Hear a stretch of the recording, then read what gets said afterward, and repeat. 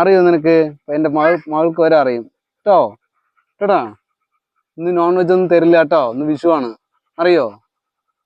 Hi, നമസ്കാരം. ഏവർക്കും വിഷു ആശംസകൾ. ആശംസകൾ നേരം കിട്ടുന്നില്ല, എന്നാലും കുഴപ്പമില്ല. ഏവർക്കും ഹൃദയം നിറഞ്ഞ വിഷു ആശംസകൾ.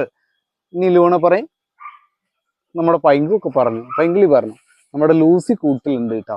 ലൂസിയെ നമ്മൾ വീഡിയോ ചെയ്യാനായിട്ട് കൊണ്ടുവന്നില്ല. എത്ര നേരം ട്രൈ ചെയ്താണ്, പക്ഷെ രണ്ടാളെയും മോളെയും കൂടെ ആയിട്ട് നടക്കുന്നില്ല. അതുകൊണ്ടാണ് നമ്മൾ ലൂസിയെ ഒന്ന് കൂട്ടിൽ കയറ്റിയത്.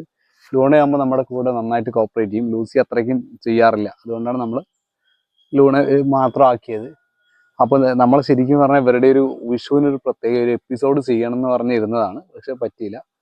കാരണം ഇന്നലെ വർക്കൊക്കെ കഴിഞ്ഞിട്ട് എത്തുമ്പോൾ ഇന്നലെ രാത്രിയായി. അതുകൊണ്ടാണ് അല്ലേ ലൂണ? അപ്പോൾ നമ്മൾ എത്രത്തോളം ഓരോ കാര്യങ്ങൾക്കും ഓരോ വിശേഷങ്ങൾക്കും സെലിബ്രേറ്റ് ചെയ്യുന്നു, അതുപോലെ തന്നെ നമ്മൾ നമ്മുടെ പെറ്റ്സിനെയും നമ്മുടെ കൂടെ കളിക്കാൻ അല്ലെങ്കിൽ നമ്മുടെ കൂടെ സെലിബ്രേറ്റ് ചെയ്യാനായിട്ട് ഉൾപ്പെടുത്തുക. എന്താ കാരണം എന്ന് വെച്ചാൽ, മനുഷ്യനിൽ എത്രത്തോളം സ്ട്രെസ് ഹോർമോൺസ് ഉണ്ടോ അതുപോലെ തന്നെ അവർക്കും അത്രയും സ്ട്രെസ് ഹോർമോൺസ് ഉണ്ടാവാറുണ്ട് എന്ന് പല പഠനങ്ങളിലും പറഞ്ഞിട്ടുള്ളതാണ്. അപ്പോൾ അതൊന്ന് ഗൂഗിൾ ചെയ്ത് നോക്കിക്കഴിഞ്ഞാൽ മനസ്സിലാവും. കാരണം ഇന്ന് വീടുകളുടെ അകത്ത് വളർത്തുന്ന ഡോഗ്സ്, അതല്ലെങ്കിൽ കൂട്ടിനകത്തിട്ട് വളർത്തുന്ന ഡോഗ്സ് എന്നൊക്കെ പറയുമ്പോൾ അവർക്ക് നല്ല സ്ട്രെസ് ഉണ്ടാവാനുള്ള സാധ്യതയുണ്ട്. അതായത് വീടിനകത്ത് എന്ന് പറയുമ്പോൾ വീടിനകത്ത് അവരിയ്ക്കുകയും വീട്ടിലുള്ള ഡോഗ്സിന്റെ പാരൻസ് അല്ല ഏതെങ്കിലും ജോലിക്ക് പോകുന്നവര്, അതല്ലെങ്കിൽ കുട്ടികൾ സ്കൂളിലൊക്കെ പോയി കഴിഞ്ഞാൽ ഇവര് മാത്രമേ ആ വീട്ടിനകത്ത് ഉണ്ടാവാറുള്ളൂ. അപ്പോൾ അങ്ങനെയുള്ള ഡോഗ്സിനൊക്കെ നല്ലപോലെ സ്ട്രെസ് അനുഭവിക്കാനുള്ള സാധ്യതകൾ കൂടുതലാണ്.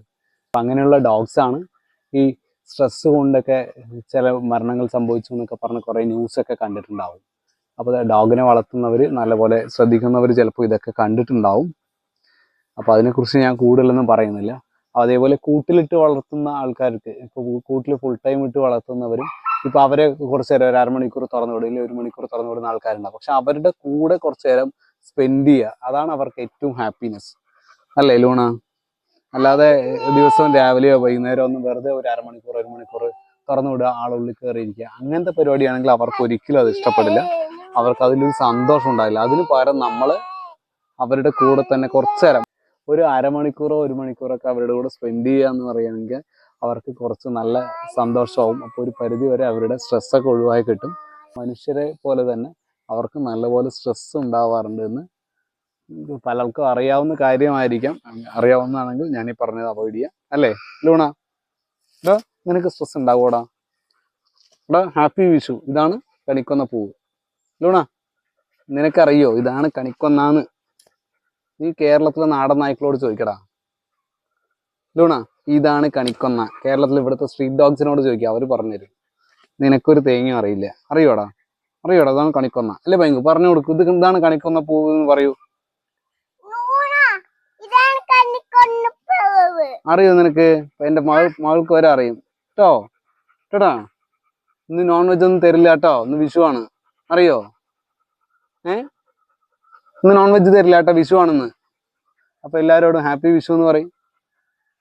ലൂണ പറഞ്ഞു ഹാപ്പി വിഷു അല്ലേ? പറയടാ, അവിടെ നോക്കി പറയടാ, ഹാപ്പി വിഷു പറയും. ഞാൻ പറഞ്ഞു.